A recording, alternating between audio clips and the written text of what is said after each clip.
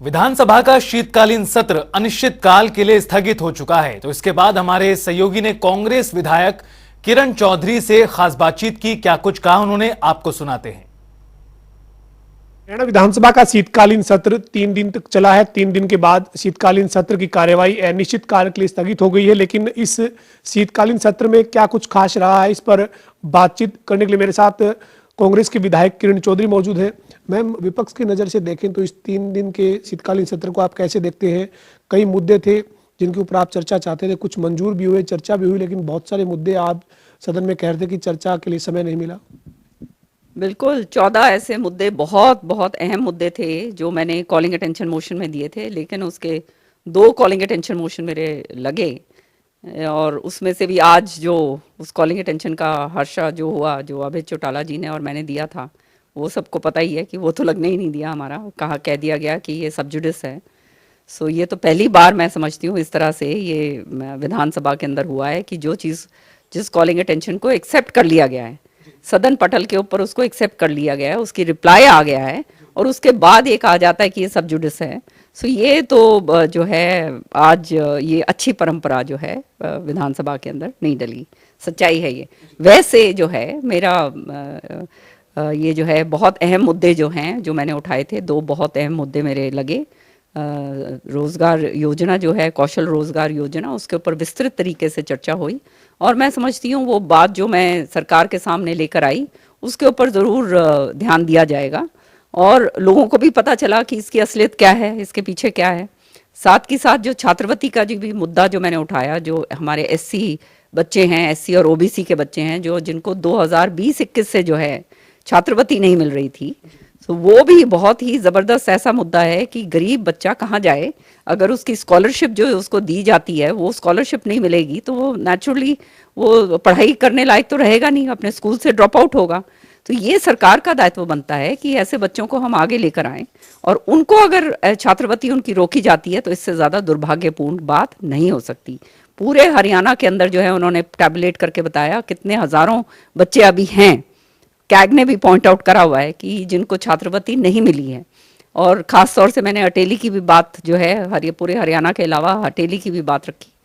तो सरकार ने ये आश्वासन दिया है कि 7 दिन के अंदर अंदर जो है उन बच्चों को छात्रवृत्ति मिलेगी। और ये भी मैंने कहा कि ये जो पोर्टल जिसके ज़रिए ये सारा कुछ ये करा जाता है, ये भी गले की फांस बनी हुई है हमारे बच्चों की, क्योंकि आधे टाइम तो ये इंटरनेट है नहीं, इंटरनेट होता नहीं है तो वो पोर्टल चलता नहीं है, और जब पोर्टल चलता है तो उसको घंटा या 2 घंटे चलाया जाता है, फिर उसके बाद उसको ओवरलोड करके ख़त्म कर दिया जाता है। सो नतीजा ये होता है कि हमारे बच्चे जो हैं वो दर बदर की ठोकरें खाते हैं और वंचित रह जाते हैं। तो ये सारी चीज़ें जो हैं सदन पटल पे लेकर आई मैं, चाहे कॉमन एलिजिबिलिटी टेस्ट CET जिसको कहते हैं, कि वो बच्चों के साथ ये आज के दिन बेरोज़गारी सबसे बड़ा मुद्दा है हमारे बच्चों के लिए, और वो हताश होके जो है हमारे नौजवान फिर रहे हैं। और ये कॉमन एलिजिबिलिटी टेस्ट जो रखा गया है, ये जो क्राइटेरिया उन्होंने बना दिया है कि 3 साल के लिए जो वो टेस्ट जो है चलेगा, उसके बाद जो उसमें मेरिट में आएंगे तो अलग अलग विभाग के भी जो पेपर होंगे वही उस मेरिट वालों को ही ले पाएंगे। तो ये मेरे समझ नहीं आई कि ये 3 साल की अवधि क्यों रखी गई है। जो बच्चा उस टेस्ट के अंदर आज के दिन अपीयर नहीं कर पाया किसी कारणवश, या जो 3 साल के जो पीरियड दे दिया है, पीछे जो बच्चे रह जाएंगे वो कहाँ जाएंगे? इसका मतलब वो तो पूरी तरह से सरकारी नौकरी से बाहर हो गए। सो ये सरकार को सहूलियत देनी चाहिए हमारे बच्चों को। हमने देखा है कि जब ये टेस्ट होते हैं तो लाखों की तादाद के अंदर जो हैं ये बच्चे आते हैं, पता नहीं कहाँ दूर दराज से आते हैं, मर पड़ के बेचारे जो हैं ये टेस्ट देते हैं। तो हर साल जो है सरकार ऐसा काम करे कि हर साल जो है CET का टेस्ट लिया जाए। एलिजिबिलिटी टेस्ट ही तो है, एलिजिबिलिटी टेस्ट लेने में क्या प्रॉब्लम है सरकार को, और उसके बाद जो है बच्चों को सहूलियत मिलेगी। इसी तरह से हमारे किसान भाइयों का बहुत ऐसे मुद्दे हैं। कृषि प्रधान प्रदेश हरियाणा, हमारी अर्थव्यवस्था पूरी कृषि के ऊपर निर्धारित है, और कृषि आज के दिन सबसे ज़्यादा पिटा हुआ है।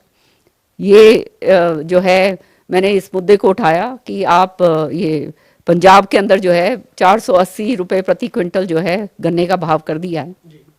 हमारा भी जो है पंजाब की तर्ज के ऊपर जो है हमारे किसान भाइयों को क्यों वंचित रखा जा रहा है? उनको भी बराबर का दो, क्योंकि वो आज यहाँ पे हैं, उनको कम मिलता है और पंजाब में ज़्यादा मिलता है, तो फिर हार्ट बर्निंग तो होती है।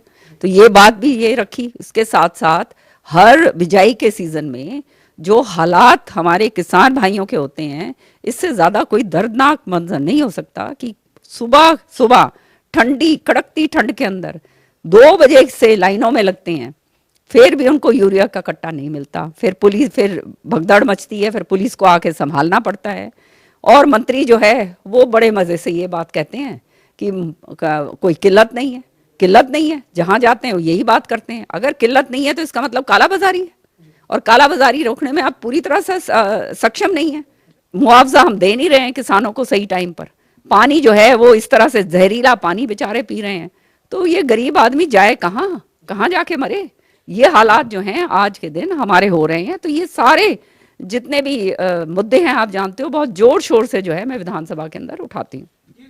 3 दिन की इस कार्यवाही में कई मुद्दे जो उठे हैं उनके ऊपर सरकार का जवाब भी आया है। जैसे आपने बताया कि रोजगार कौशल निगम के ऊपर सरकार का जवाब आया है। ऐसे जो तमाम मुद्दों पर जवाब आए हैं, आप सहमत हैं सरकार के जवाब से? सीधा स्पष्ट जवाब जो विपक्ष चाहता था वैसा जवाब मिला है क्या आपको तमाम मुद्दों पर? अब ये छात्रवृत्ति के मुद्दे पे इन्होंने कहा है कि 7 दिन के अंदर अंदर जो है वो पूरा कार्रवाई करेंगे, और बाकी हरियाणा के अंदर भी जो है समय मेरे ख्याल में 10-15 दिन 20 दिन का उन्होंने मांगा है।